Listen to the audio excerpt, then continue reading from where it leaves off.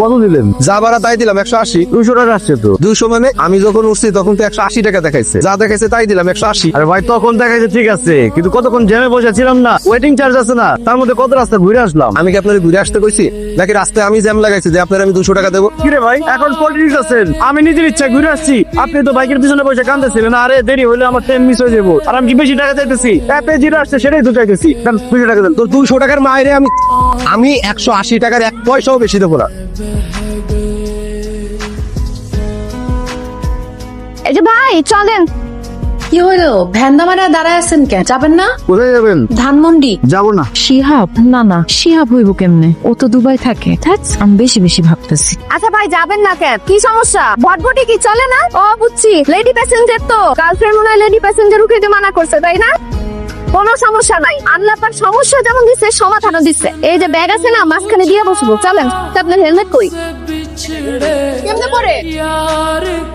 কি ব্যাপার? আরে আমার হেলমেট পরাইতেছো কেন? বাইক কি আমি চালাবো না তুমি চালাইবা? ওরে কত কথা বলে রে, আমি চালামো। তোমার হেলমেট পরানোর একটা কারণ আছে। কি কারণ? তুমি যে আমার বাইকের পিছনে বসে আসছো, যাতে কেউ না দেখে। কেন? কেউ দেখলে কি অসুবিধা? অসুবিধা নাই, একটু লজ্জা করে আর কি।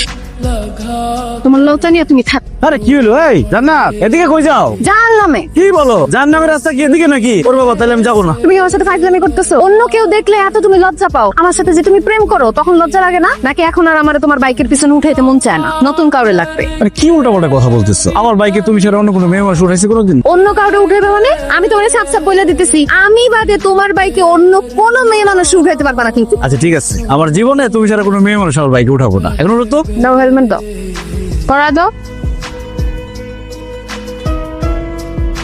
ঢাকায় ঠিক আছে আসছেন? একজনে খুঁজতে আসছি, সে দুবাই থাকে। ধানমন্ডি কার কাছে যাবেন? ওই আমার শেফালি খালা থাকে, আপন খালা না। সে নাকি আমারে দুবাই নিয়ে যেতে পারবো। দুবাই গিয়া আমি এমন প্রিয় মানুষটাকে পিরাই নিয়ে আসো। সে দুবাই গিয়া বিপদে পড়ছে বুঝছেন, এর জন্য আমি যাইতাছি আর কি। কি কস তুই? শিহাব দুবাই যাইবো? শুধু সে একা যাইবো না তো, আমার ওর সাথে নিয়ে যাইব। কেমন কথা কস? তোর কি শিহাবের লগে বিয়া হইছে? বিয়া করে নাই তো কি হয়েছে, বিয়া করবো। আর তাছাড়া আমি আমার জামাইরও তো আর একলা পাঠাইতে পারি না। ওইখানে যা দেখা গেল কার না কার পাল্লায় পড়ে গেল তখন। মাইয়ার কথা সিরি দেখো, তোর মুখের মধ্যে লাশ শরম নাই?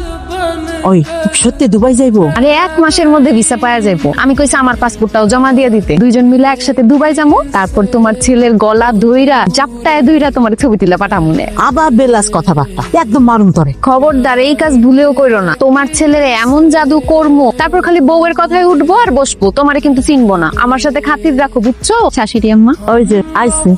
তুমি কখন আসছো? আমার ফোন দিতা। আমার যখন খুশি তখন আমি আমার শ্বশুর বাড়িতে আসতে পারি। বাবারে জান্নাত কি কইতেছে? তোরা নাকি